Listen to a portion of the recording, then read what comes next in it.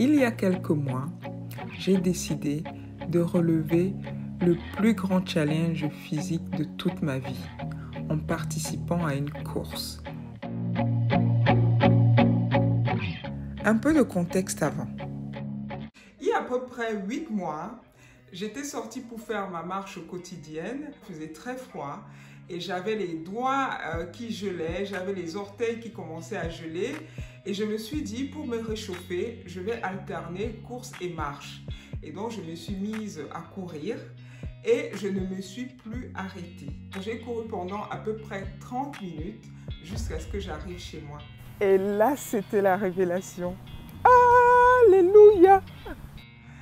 Je ne pensais pas que j'étais capable de ça. Je pensais que les coureurs, c'est des gens qui doivent avoir des aptitudes extraordinaires. Parce que moi, courir seulement 5 minutes, j'en étais incapable. Petite précision, j'ai été obèse toute ma vie. À 15 ans, je pesais déjà 100 kg. Il y a 1 an, j'ai atteint 120 kg. J'ai décidé de perdre du poids. J'ai alors rééquilibré mon alimentation et je me suis mise au sport. 1 heure de marche tous les jours. Puis de la marche, je suis passée à la course. Et donc là, j'ai commencé à courir régulièrement. Tous les samedis, je cours. Je suis allée voir mon médecin traitant et toute fière de moi, je lui annonce que je cours également. Et là, il me dit, mais Madame Imel, non, vous êtes encore en obésité. C'est pas conseillé de courir. J'ai dit, je m'en fous, c'est mon corps, je fais ce que je veux. Bon, je lui ai pas dit ça en face, mais c'est ce que j'ai pensé. Et donc, du coup, je ne lui en ai plus parlé. J'ai continué à courir. Et puis après, j'ai décidé de participer à un semi-marathon. Sauf que je ne savais pas quelle était la distance d'un semi-marathon. Dans mon esprit, je me disais, ça doit être quoi, 10 km. Et puis, je suis allée sur Google.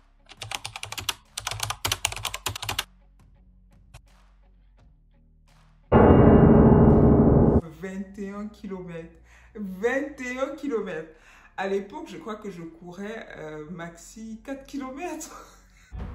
Et là, en panique, j'ai couru voir le coach de ma salle de gym pour qu'il me fasse un programme d'entraînement pour préparer le semi-marathon.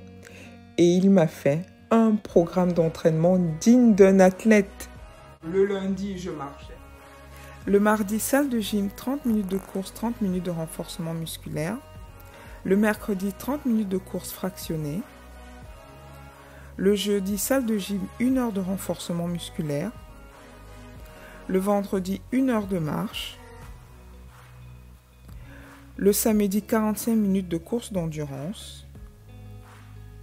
Le dimanche, 1h30 de marche. Puis un ami m'a conseillé de rajouter le vélo et la natation pour travailler mon endurance en limitant l'impact sur mes genoux. Ça se passait très bien. Ma vitesse moyenne est passée de 7 km/h à 8 km/h. Et là, je me disais, mais oui, là, je suis bien partie, je vise le 10 km/h. Sauf que fin juillet, c'était les vacances, je suis partie au Cameroun. Et quand je suis revenue, j'avais pris 4 kilos, donc j'étais passée de 96 kilos à 100 kilos. Et donc, quand je suis revenue des vacances, je me suis lancée à fond dans mon entraînement. Là, mes genoux ont commencé à me faire très mal. Et là, je me suis dit non, je ne vais pas vouloir relever ce défi au détriment de mes genoux.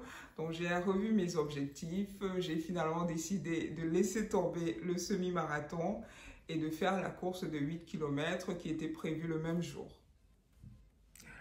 Je suis dépitée parce que je n'arrive pas à finaliser mon inscription pour la course parce qu'il me faut un certificat médical. Donc, je dois aller voir mon médecin traitant et il va encore me dire que je suis grosse, que je ne dois pas courir.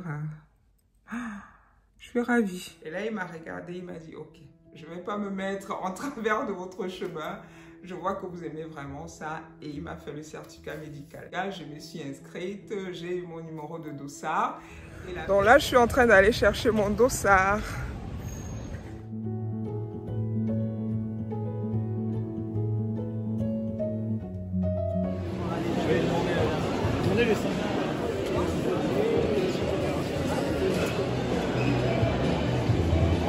J'avais mon dossard, il y avait toute une ambiance ce jour-là. Petit à petit, la pression commençait à monter. Donc là, je suis à quelques heures de ma course. Et je stresse de ouf, mais c'est incroyable. J'ai l'impression que je vais faire un malaise d'un moment à l'autre. Là, je suis carrément assise par terre. Je me suis assise par terre pour me calmer. Le contact avec le sol, je pense que ça rassure. Déjà, j'ai très mal dormi. J'ai passé la nuit à me retourner dans mon lit. Et puis, c'est surtout le fait d'en avoir parlé. J'en ai tellement parlé.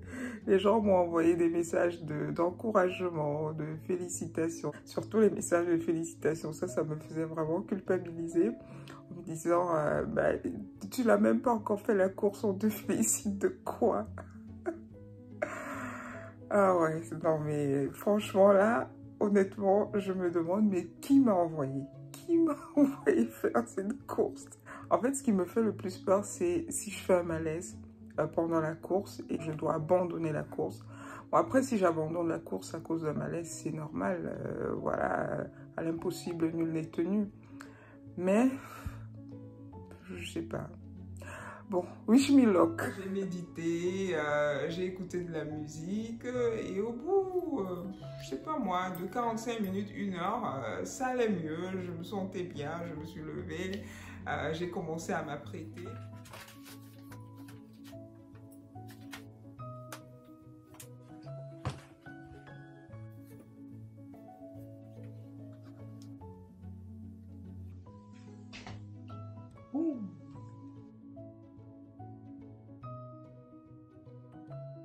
J'ai ma copine avec qui je devais faire la course qui est venue à la maison me récupérer et puis on y est. Nous y sommes, j'ai sorti ma caméra pour immortaliser l'instant.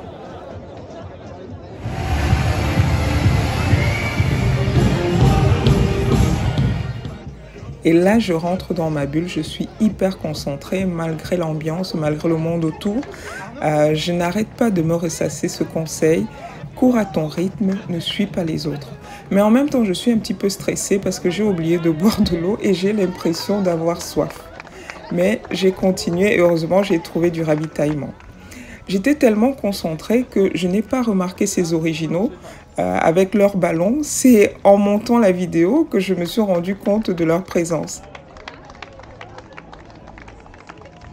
J'ai fait une bonne partie du trajet avec ces dames, ça m'a permis de me détendre un petit peu. Et là, j'avais couru à peu près 5 km, ça commençait à être dur. Je me suis arrêtée pour marcher un petit peu et puis j'ai repris ma course. J'étais au bout de ma vie, mais je n'étais plus loin de l'arrivée. Enfin, un petit sourire. Enfin, la ligne d'arrivée, j'ai tout donné. Et ma fille qui m'encourage. Bravo, maman! Mesdames, si vous m'entendez, je vois que les secours veulent passer. Ils sont de laisser passer l'ambulance. Voilà, super, merci.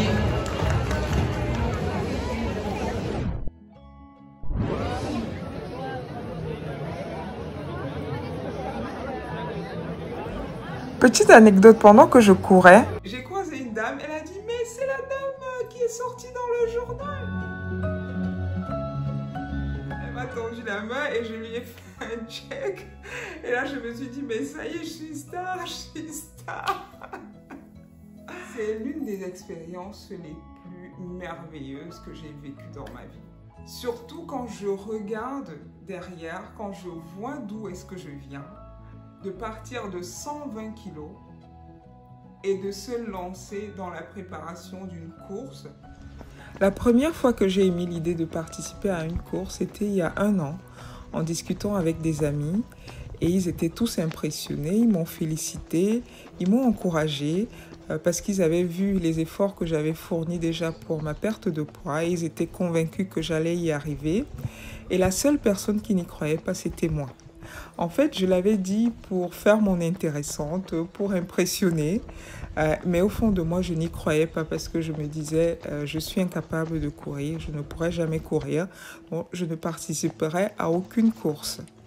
Et aujourd'hui, cette course m'a fait comprendre que le plus important, ce n'est pas de croire en ses rêves, c'est de passer à l'action et de persévérer. Et certaines personnes peuvent me demander, mais comment passer à l'action quand on n'y croit pas?